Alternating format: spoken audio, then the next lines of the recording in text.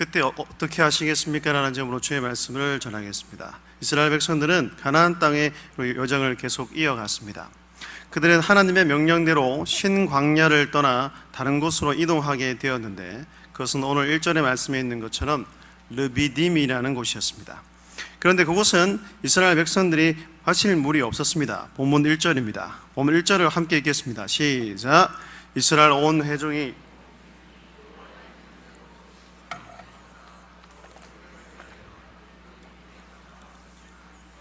마실 물이 없는지라. 물이 없다는 현실은 이스라엘 공동체를 아주 어렵게 만들었습니다. 이 백성들은 지도자의 모세를 향해 대들었습니다. 모세도 가만히 있지 않고 백성들을 꾸짖었지만 아무 소용이 없었습니다. 그들의 이런 행동은 이번이 처음이 아니었습니다. 홍해 바다가 그들의 앞을 가로막았을 때 이스라엘 백성들의 반응을 한번 보십시오. 출애굽기 14장 10절부터 12절까지의 말씀입니다. 바로가 가까이 올 때에 이스라엘 자손이 눈을 들어본즉 애굽 사람들이 자기들 뒤에 이른지라. 이스라엘 자손이 심히 두려워하여 여호와께 부르짖고 그들이 또 모세에게 이르되 애굽에 매장지가 없어서 당신이 우리를 이끌어내어 이 광야에서 죽게 하느냐. 어찌하여 당신이 우리를 애굽에서 이끌어내어 우리를 이같이 하느냐. 우리가 애굽에서 당신에게 이런 말이 이것이 아니냐. 이르기를 우리를 내버려 두라. 우리가 애굽 사람을 섬길 것이라 하지 아니하더냐. 애굽 사람을 섬기는 것이 광야에서 죽는 것보다 낫겠노라 라고 말했습니다. 이뿐만이 아니었습니다. 마라에서 물이 있어서 마실 수 없었을 때도 그들은 하나님을 원망했습니다. 그리고 하나님께서는 광야의 길을 걷는 동안 만나를 주셔서 배고프지 않게 하셨지만 그들은 감사하기는커녕 오히려 고기를 주지 않는 것에 불평했습니다. 이런 일이 계속 반복되면서 이것이 습관화되었고 이 나쁜 습관은 안일함으로 이어졌습니다. 대수롭지 않게 여기게 된 것입니다.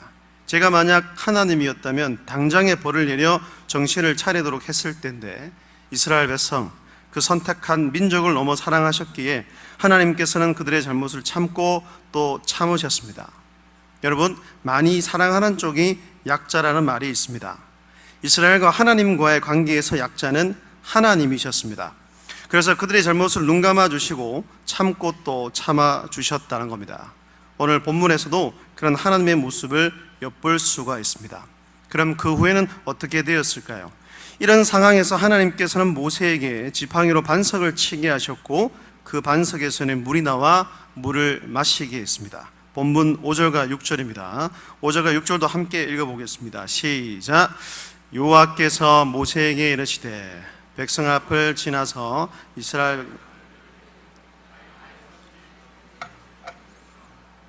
내가 호렙산에 있는 그 반석 위 거기서 내 앞에 서리니 너는 그 반석을 치라. 그곳에서 물이 나오리니 백성이 마시리라. 모세가 이스라엘 장로들의 목전에서 그대로 행하니라. 아멘. 백성들은 그 물을 마셨고 일단 위기가 끝나는 것처럼 보였지만 그로 인해 이스라엘 공동체에 금이 가기 시작했습니다. 아마도 모세의 리더십에도 타격이 있을 수밖에 없었습니다. 그뿐만이 아닙니다. 그들이 가져야 할 가장 기본적인 신앙의 확신도 흔들리고 있다는 것을 볼 수 있습니다. 본문 7절입니다. 그가 그곳 이름을 마사 또는 무리바라 불렀으니 이는 이스라엘 자손이 다투었으며 또는 그들이 여호와를 시험하여 이르기를 여호와께서 우리 중에 계신가 안 계신가 하였습니다. 그들은 하나님의 존재에 대해서도 의심을 하게 되었습니다. 일로 인해 모세는 많은 심적 타격을 받았을 것입니다. 백성들을 보면서 모세는 의욕을 잃었을 것이고 앞으로 나아갈 힘조차 나지 않았을 것입니다. 그렇다면 하나님께서는 왜 그들을 르비딤 곧 물 없는 땅으로 인도하셨을까요? 그것을 통과하게 하신 이유가 과연 무엇이었을까요? 그 첫 번째는 은혜의 가치를 알게 하려는 데 있었습니다. 우리가 살고 있는 대한민국은 종교의 자유가 있는 나라입니다. 어떤 종교를 가지는가 하는 것은 개인의 선택, 개인의 자유에 달려 있습니다. 그래서 우리는 이 땅에서 마음껏 하나님을 찬양하고 그분의 이름을 높이고 자유롭게 예배 드릴 수 있습니다. 그렇다 보니 이 자유를 귀하게 여기지 않는 사람들이 차츰 많아지고 있는 것 같습니다. 이렇게 자유롭게 예배 드릴 수 있는 것에 대해서 감사하지 않는다는 겁니다. 지금 남북 간의 관계가 좋은 흐름으로 진행되고 있습니다만은 여전히 그 땅은 자유가 없는 나라입니다. 인권이 철저히 무시되는 나라, 신앙의 자유가 허락되지 않는 나라가 저 북한 땅입니다. 그 점에 있어서는 여전히 변함이 없습니다.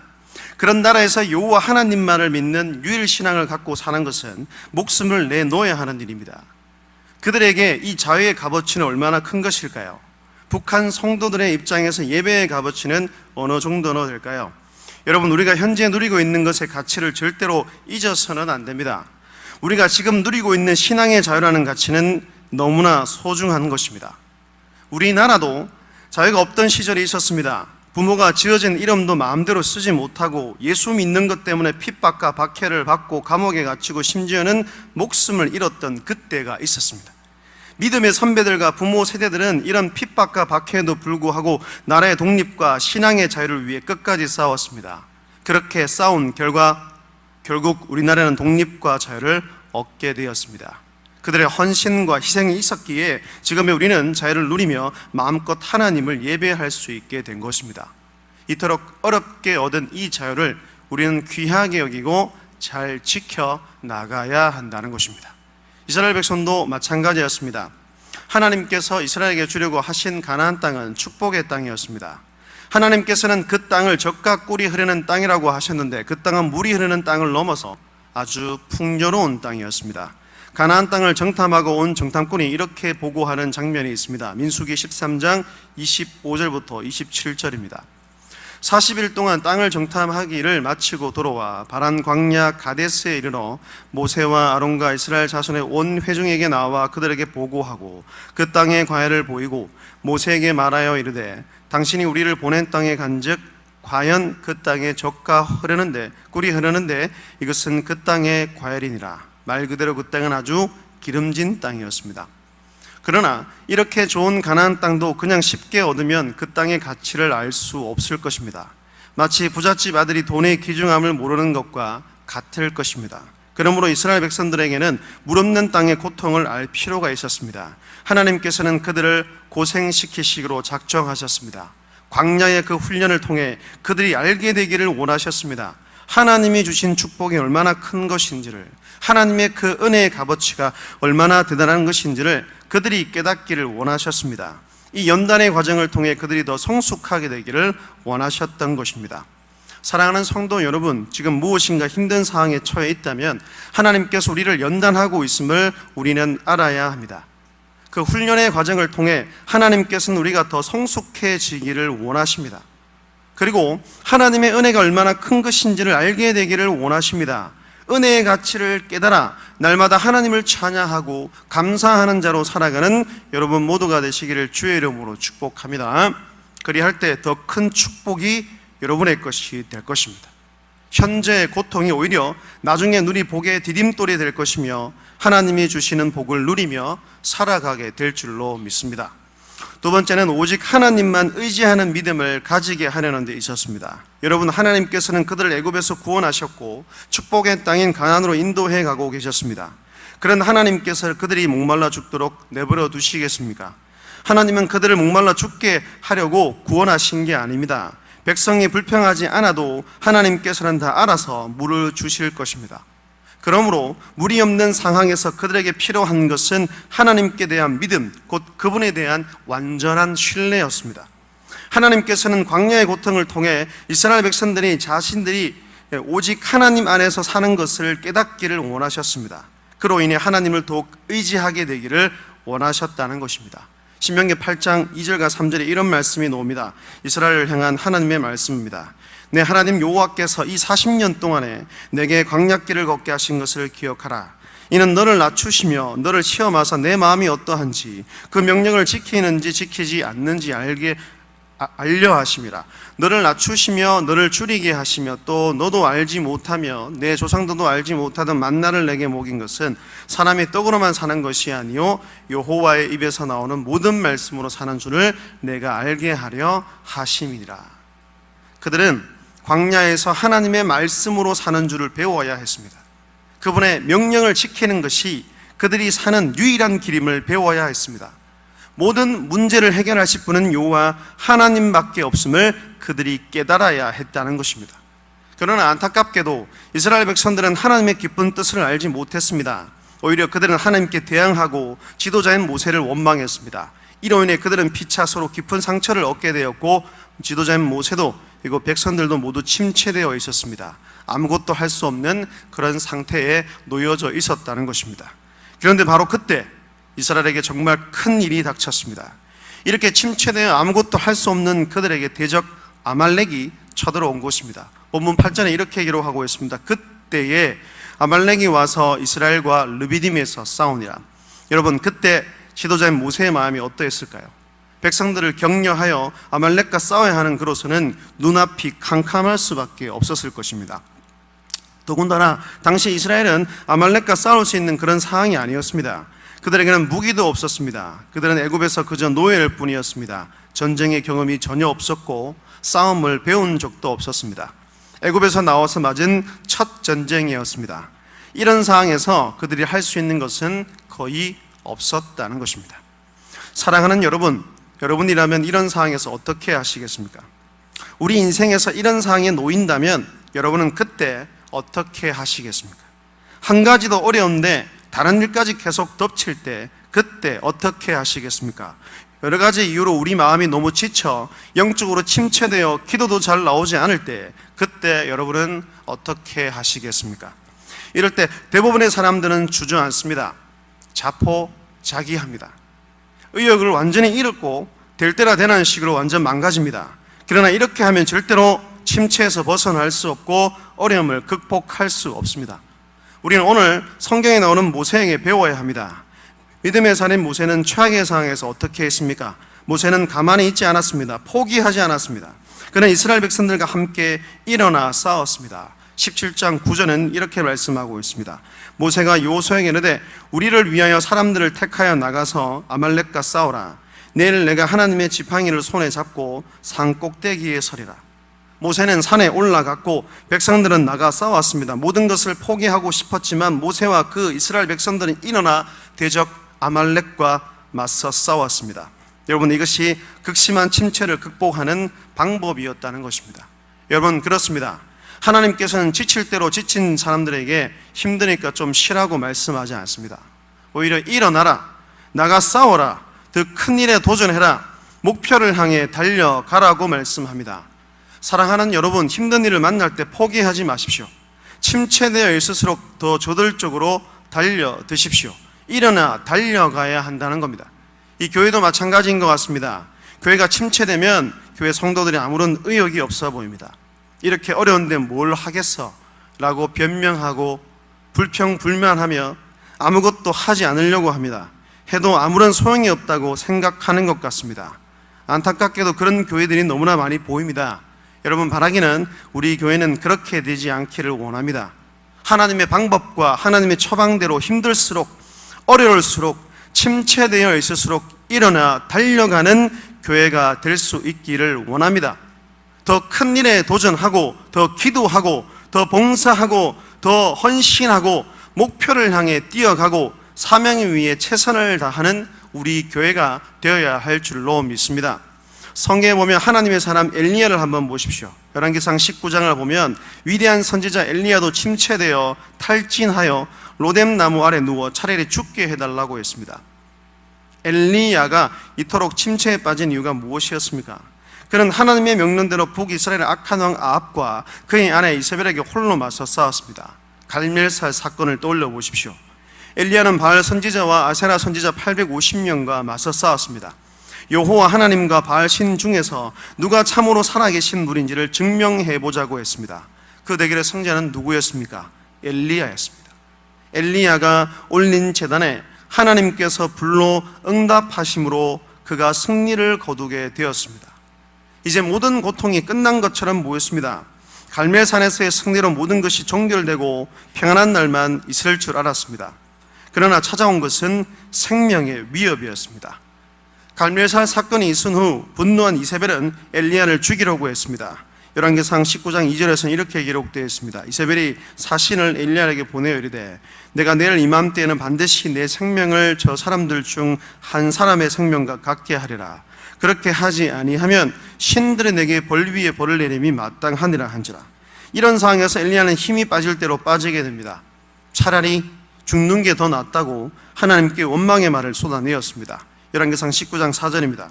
자기 자신은 광야로 들어가 하루 일쯤 가서 한 로뎀나무 아래 앉아서 자기가 죽기를 원하이르되 여호와여 넉넉하오니 지금 내 생명을 거두시옵소서. 나는 내 조상들보다 낫지 못하니이다 하고, 여러분, 이렇게 탈진하고 침체된 엘리야를 하나님께서 어떻게 회복시키셨습니까? 천사를 통해 위로하고 먹을 것을 먹인 후에 하나님께서는 새로운 사명을 부여하셨습니다. 하나님께서 그를 회복시킨 것은 쉬게 하는 것이 아니었습니다. 오히려 반대로 새로운 사명을 부여하는 것, 곧 전쟁터로 내보내는 것이었습니다. 거기에서 나가 네 일을 하라는 겁니다. 열왕기상 19장 15절 이하에 그 사명의 말씀이 기록되어 있습니다. 15절부터 17절입니다. 여호와께서 그에게 이르실 때 너는 내 길을 돌이켜 광야를 통하여 다메섹에 가서 이르거든 하사엘에게 기름을 부어 아람의 왕이 되게 하고, 너는 또 님시 아들 예후에게 기름을 부어 이스라엘의 왕이 되게 하고, 또 아벨 무홀라의 사바세 아들 엘리사에게 기름을 부어 너를 대신하여 선지자가 되게 하라. 하산의 칼을 피하는 자를 예후가 죽일 것이요 예후의 칼을 피하는 자를 엘리사가 죽이리라. 하나님은 지친 엘리야에게 오히려 사명을 주셨습니다. 쉬라고 말씀하지 않으셨습니다. 정신을 차린 엘리야는 하나님의 말씀에 순종했고 사명을 하게 다시 몸을 내던졌습니다. 그 후 더 이상의 탈진은 없었고 하늘로 승천하는 그 순간까지 하나님께서 주신 사명을 잘 감당했습니다. 오늘 성경에 나오는 모세와 이스라엘도 그러했습니다. 비록 침체된 상황이었고 최악의 상황이었지만 대적 아말렉 앞에서 숨거나 도망치지 않았습니다. 당당하게 맞서 싸워왔습니다. 아말렉과 맞서 싸운 결과 이스라엘은 어떻게 되었습니까? 그들은 승리를 얻게 되었습니다. 여러분, 그들이 얻은 것은 단순한 승리만이 아닙니다. 그 전쟁을 통해서 그들이 깨어졌던 것들이 화합과 단결을 얻게 되었고, 그리고 자신감도 얻게 되었으며 하나님의 백성이라는 자부심도 다시 회복하게 되었습니다. 그들은 이 전쟁을 통해 하나님께서 자신들과 함께 하신다는 것을 한 번 더 확인하게 되었고, 그 하나님이 도와주시면 그 어떤 어려움도 극복할 수 있는 것을 깨달아 알게 되었습니다. 그들은 승리한 후 제단을 쌓고 그것을 여호와 니시라고 불렀습니다. 출애굽기 17장 15절과 16절 성경책을 보고 함께 읽어보도록 하겠습니다. 15절과 16절입니다. 시작. 모세가 제단을 쌓고 여호와께서 맹세하기를 여호와가 아말렉과 더불어 대대로 싸우리라 하셨다 하였더라. 아멘. 여호와 니시란 여호와는 깃발이라는 의미입니다. 여러분, 여호와를 나의 깃발로 삼고 믿음으로 나아가면, 힘을 내어 적들과 맞서 싸우면 하나님께서는 반드시 승리를 맛보게 하십니다. 그런 자에게 은혜를 베푸셔서 모든 어려움을 이기게 하신다는 것입니다. 할렐루야. 사랑하는 여러분, 하나님의 뜻대로 살려고 노력해도 힘이 드십니까? 여러 가지 어려운 문제로 인해서 영적으로 자꾸만 힘이 빠지십니까? 눈에 보이지 않는 적들로 인해 주저앉고 싶으십니까? 우리를 더 성숙하게 만드시는 하나님의 훈련의 과정으로 여기고 이 연단의 과정을 잘 받으시기를 바랍니다. 그리고 하나님을 의지하고 일어서서 더 큰 일에 도전하십시오. 실패를 딛고 앞으로 나아가십시오. 적이 아무리 강해도 다시 일어나 나아가면 우리를 도우시는 우리 하나님을 만나게 될 것입니다. 하나님의 능력을 경험하게 될 것입니다. 여러분, 우리가 주저앉아 낙담하고 아무것도 하지 않으면 누가 제일 좋아하겠습니까? 이런 일들로 인해 뒤로 물러가 나자빠 있으면 누가 가장 기뻐하겠습니까? 사단입니다. 우리 대적 마귀가 가장 기뻐하고 좋아한다는 겁니다. 오늘 말씀을 전하는 저도 힘이 빠질 때가 있습니다. 영적으로 지칠 때가 있습니다. 많은 분들이 그러겠지만 저에게 있어서 1년 중에 가장 중요한 타이밍, 그때가 바로 이 지금입니다. 더 힘을 내어 전진해야 할 때가 바로 지금이라는 겁니다. 하나님께서 이런 자에게 어떻게 말씀하실까요? 힘드니까 이 목사 쉬어라고 말씀하실까요? 피곤하고 머리 아픈 일 하지 말고 쉬운 일만 해라, 편안한 일만 하라고 말씀하실까요? 절대 아닙니다. 하나님께서는 저에게 분명히 이렇게 말씀하실 겁니다. 이 목사, 여러 가지 일로 많이 피곤하고 지쳐있는 거 다 안다. 그래도 힘을 내라. 나는 너를 절대 떠나지 않는다. 항상 너와 함께 할 것이다. 내가 너에게 준 사명을 항상 기억하고 너에게 맡긴 영혼들을 생각해라. 특히 그 어린 영혼들, 정말 귀하게 여겨라. 이번 성경 캠프 최선을 다해 준비해라. 네가 준비한 만큼 은혜를 베풀어 주겠다. 네가 최선을 다해 준비한 그 말씀을 통해 어린 영혼들을 구원의 길로 인도할 것이다. 내 백성, 내 자녀로 삼아주겠다. 반드시 내가 너를 통해 일할 것이다. 승리하도록 도와주겠다. 그러니 힘을 내어 앞으로 달려가거라. 이것이 저에게 주신 하나님의 마음이었습니다. 사랑하는 여러분, 교회가 어렵다고 핑계대지 마십시오. 맡겨진 일들이 너무 부담스럽다고 변명하지도 마십시오. 그 일들로 인해 주저앉아 있지 마십시오. 오히려 그것으로 인해 더 성장하고 자라게 될 것을 기대하십시오. 넘어지고 실패해도 오뚜기처럼 다시 일어나 도전하십시오. 하나님을 의지하고 그분을 나의 깃발로 삼고 믿음으로 나아가십시오. 아말렉과 같은 적들에 당당히 맞서 싸우십시오. 그렇게 할 때 영적 침체에서 벗어나게 될 것입니다. 또한 하나님께서 주시는 놀라운 승리를 반드시 맛보게 될 것입니다. 저는 우리 교회가 그리고 우리 모든 성도들이 주님이 오시는 그날까지 날마다 새로운 일에 도전하기를 원합니다. 힘들수록 어려울수록 앞으로 나아가기를 원합니다. 주님이 주신 사명을 위해 힘차게 달려가는 우리 교회, 복음을 위해서라면 사도 바울처럼 생명까지도 내어 던질 수 있는 우리 성도들이 될 수 있기를 바랍니다. 그리하여 올 여름, 더 나아가 남은 올 한 해 하나님의 크신 역사를 경험할 수 있게 되기를 바랍니다. 하나님이 주시는 진정한 부흥이, 그 부흥의 그 역사가 우리 교회와 여러분과 여러분 속한 가정 위에 충만히 임하게 되기를 주님의 이름으로 축복합니다.